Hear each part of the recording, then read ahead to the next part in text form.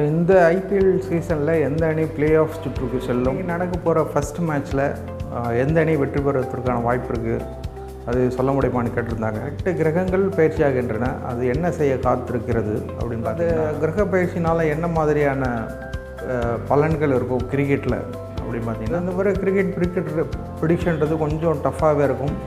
So ஜெயிக்கிற அணி தோக்கிறதுக்கு வாய்ப்பு இருக்குது, தோக்குற அணி ஜெயிப்பதற்கான வாய்ப்பு நிறையவே இருக்குது. கடைசி மேட்ச், அதாவது 70வது மேட்ச் வரைக்கும் அந்த 4 டீம்கள் யாருன்றது சொல்லவே முடியாத அளவுக்கு இருக்கும் பட்டியலில்.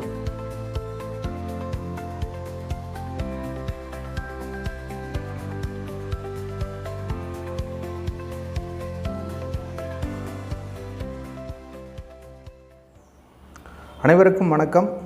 திருக்கழுக்குன்றத்திலிருந்து கோபு கணேசன். இன்றைக்கி நம்ம பார்க்க போகிறது ஒரு கிரிக்கெட் சார்ந்த பதிவு தான், ஸ்போர்ட்ஸ் ப்ரெடிக்ஷன் தான். ஸோ ஐபிஎல் சீசன், ஸோ இன்றைக்கி ஃபஸ்ட்டு மேட்ச் பார்த்திங்கன்னா ஆரம்பிக்க உள்ளது, ஃபஸ்ட்டு மேட்ச் தொடங்க உள்ளது. ஸோ இந்த சீசன் எப்படி இருக்கும், இந்த பிளே ஆஃப் சுற்றுள்ள யார் யாரெல்லாம் நுழைவதற்கான வாய்ப்பு இருக்குது அப்படின்றத பார்க்கலாம். இந்த ஐபிஎல் சீசனில் 10 டீம் விளையாடுறாங்க. கிட்டத்தட்ட ஒரு டீமும் 13 மேட்ச் விளையாட வேண்டிய கட்டாயத்தில் இருக்குது. ஸோ மிக நீண்ட ஒரு சீசன் இது. கிட்டத்தட்ட ஒரு ரெண்டு மாதம் 60 நாள் நடக்க உள்ள போட்டி இது.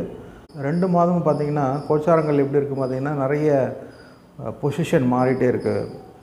கிட்டத்தட்ட 8 கிரகங்கள் பயிற்சி ஆகின்றன, சனியும் சேர்த்து. மிக முக்கியமான கிரகங்களான சனி, குரு, ராகு, கேது பயிற்சி இந்த வருஷம் இந்த ஐபிஎல் சீசனில் நடக்குது. ஸோ இது எந்த அளவுக்கு இம்பேக்ட் பண்ண அப்படின்னா, ஏற்கனவே சொன்ன மாதிரி தான் மீன ராசியில் 5 கிரக சேர்க்கை வர உள்ளது. இன்னும் கொஞ்ச நாளில் வந்துடும். ஸோ ஏப்ரல் மேலாம் பார்த்திங்கன்னா 5 கிரக சேர்க்கை இருக்கும். ஸோ உலக அளவில் பெரிய மாற்றங்கள் ஏற்படக்கூடிய வாய்ப்பு இருக்குது. ஸோ கிரிக்கெட்டில் என்ன மாதிரியான நிகழ்வுகள் ஏற்படும் அது மூலிமா அப்படின்னு பார்த்திங்கன்னா, இந்த கிரக பயிற்சி மூலிமா அப்படின்னு பார்த்திங்கன்னா நிறைய மாற்றங்கள் இருக்கும். இந்த ஜெயிக்கிற டீம் தொடர்ச்சியாக ஜெயிச்சுட்டே வரக்கூடிய டீம் பார்த்திங்கன்னா தோற்க ஆரம்பிக்கும், தோக்குற டீம் ஜெயிக்க ஆரம்பிக்கும். ஸோ இது மாதிரி அன்பேலன்ஸ்டாக இருக்கும். ஸோ எந்த டீம் பிளே ஆஃபுக்கு போகும் அப்படின்றது கடைசி மேட்ச் வரைக்கும் பார்க்க வேண்டியதாக இருக்கும். கடைசி மேட்ச்சில் கூட ஒருத்தர் ஜெயிச்சு அது மூலயமா பிளே ஆஃப் சுற்றுக்கு தகுதி பெறுவதற்கான வாய்ப்பு நிறையவே இருக்குது.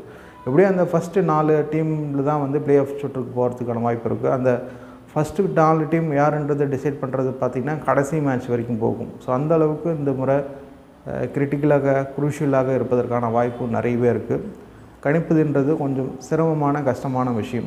இருப்பினும் இந்த வருடம் எந்தெந்த அணி பிளே ஆஃப் சுற்றுக்கு செல்ல போகிறது அப்படின்றத சொல்கிறேன்.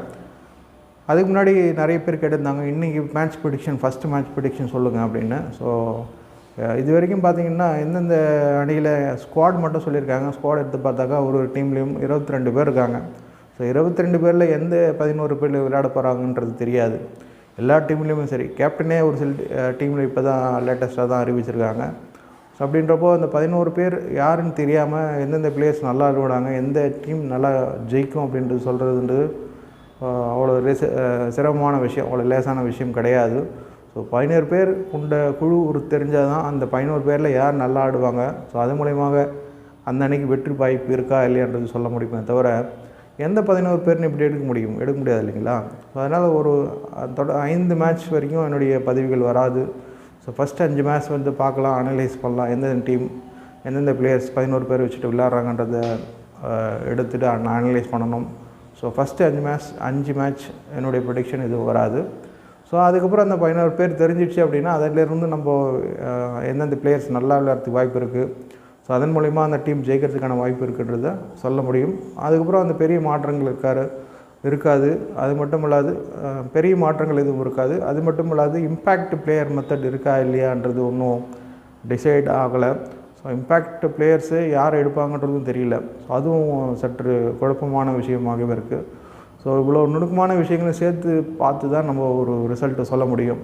ஸோ அதனால் ஒரு தொடர்ச்சியாக ஒரு 5 குறைஞ்சபட்சம் ஒரு 5 மேட்ச் அனாலிசிஸ் எடுத்துக்கிறேன். ஸோ 5 மேட்ச் வரைக்கும் எந்த பதிவுகளும் வராது. அதன் பிறகு பார்ப்போம். அதன் பிறகு ஓரளவுக்கு செட்டில் ஆகிடுச்சு அப்படின்னா கண்டிப்பாக என்னுடைய ப்ரெடிக்ஷன், ஐபிஎல் ப்ரெடிக்ஷன் இருக்கும். அதேமாதிரி பார்த்திங்கன்னா கேப்டன் இப்போ தான் அனௌன்ஸ் பண்ணியிருக்காங்க. ஸோ கேப்டன் வந்து இது வரைக்கும் எனக்கு கொடுத்த கேப்டன் பார்த்திங்க அப்படின்னா, அந்த கேப்டனை வச்சு ப்ளஸ் ஒரு 2-3 கீ பிளேயர்ஸ் வச்சு தான் எந்த அணி பிளே ஆஃப் சுற்றுக்கு தகுதி பெறும் அப்படின்றத சொல்கிறேன். ஸோ கேப்டன்ஸ் பார்த்தீங்கன்னா சிஎஸ்கேல பொறுத்த வரைக்கும் சேம் ருத்ராஜ் கெய்க்வாட் தான். ஆர்ஆர் பார்த்தீங்கன்னா சஞ்சு சாம்சங். டெல்லி கேப்டன் பார்த்தீங்கன்னா அக்ஷர் பட்டேல் ஒரு புதுசாக வந்திருக்காருன்னு நினைக்கிறேன் கேப்டனாக. ஆர்சிபிக்கு பார்த்தீங்க அப்படின்னா ராஜத் பட்டிதார். மும்பை இந்தியன்ஸ் பார்த்தீங்கன்னா ஹார்திக் பாண்டியா. கேகேஆருக்கு ரஹானே. எஸ்ஆர்ஹெச் பார்த்தீங்கன்னா Pat Cummins. GT Gujarat Titans பார்த்தீங்கன்னா ஷப்மன் கில். பிபிகேஎஸ் பஞ்சாப் கிங்ஸ் பார்த்தீங்கன்னா Shreyas Iyer. LSG Lucknow Super Giant, அதுக்கு யார் கேப்டன் பார்த்தீங்கன்னா ரிஷப் பண்ட். ஸோ இந்த 10 கேப்டனில் இந்த கேப்டன் வைத்து ப்ளஸ் அது கூட இருக்கக்கூடிய கீ பிளேயர்ஸ். சிஎஸ்கே பார்த்தீங்கன்னா தோனி தான் முக்கியமான கீ பிளேயர்ஸு. ஸோ அவருடைய ஆரோஸ்கோப் ப்ளஸ் ஒரு டீம்லேயும் முக்கியமான பிளேயர்ஸ் இருப்பாங்கன்னு அதை வச்சு தான். ஸோ கேப்டன் பொறுத்து தான் எந்த டீம் இதுக்கு பிளே ஆஃப் சுற்றுக்கு தகுதி பெறும்ன்றது அணித்திருளேன். அந்த கேப்டன்கள் மாற்றினாங்க அப்படின்னாக்கா அதிலும் மாற்றம் இருப்பதற்கான வாய்ப்பு இருக்குது. கேப்டன் மாற்றலை, இதே கேப்டன் தான் இருக்காங்க அப்படின்னாக்கா ஸோ மாற்றங்கள் பெரிதாக இருக்காது. ஸோ எந்த 4 அணி பிளே ஆஃப் சுற்றுக்கு தகுதி பெற வாய்ப்பு உள்ளது அப்படின்னு என்னுடைய கணிப்பின்படி பார்த்தீங்கன்னா CSK, Mumbai Indians, SRH Sunrisers Hyderabad, RCB இந்த 4 அணி பிளே ஆஃப் சுற்றுக்கு தகுதி பெறுவதற்கான வாய்ப்பு நிறையவே உள்ளது. ஸோ இது தவிர பார்த்தீங்கன்னா எல்எஸ்சி பார்த்தீங்கன்னா லக்னோ சூப்பர் கெயின்ஸ் பார்த்தீங்கன்னா பிளே ஆஃப் சுற்றுக்கு நெருக்கத்துக்கு போகிறதுக்கான வாய்ப்பு இருக்குது. ஸோ மேலே கூறிய 4 அணிகளுமே பிளே ஆஃப் சுற்றுக்கு தகுதி பெற்று உள்ளே செல்வதற்கான வாய்ப்பு நிறையவே உள்ளது இந்த வருடத்தில். சரி, அவர்கள் செல்வார்கள் என என்னுடைய கணிப்பு சொல்கிறது. பொறுத்திருந்து பார்க்கலாம் எந்த டீம் பிளே ஆஃப் சுற்றுக்கு தகுதி பெற்று உள்ளே செல்லுதுன்றது பார்க்கலாம்.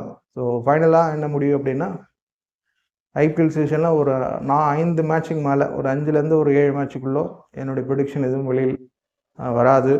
ஸோ எந்த டீம்னு எந்த 11 பேர் தெரியாமல் எப்படி சொல்ல முடியாது இல்லைங்களா? ஸோ 11 பேர் தெரிஞ்சுக்கிட்டு அதுக்கப்புறம் அனலைஸ் பண்ணிவிட்டு அதன் பிறகு என்னுடைய ப்ரொடக்ஷனை உங்களுக்கு சொல்கிறேன். என்னென்ன அணி ஜெயிக்கும், எந்த பிளேயர்ஸ் நல்லா ஆடுவாங்கன்றத சொல்கிறேன்.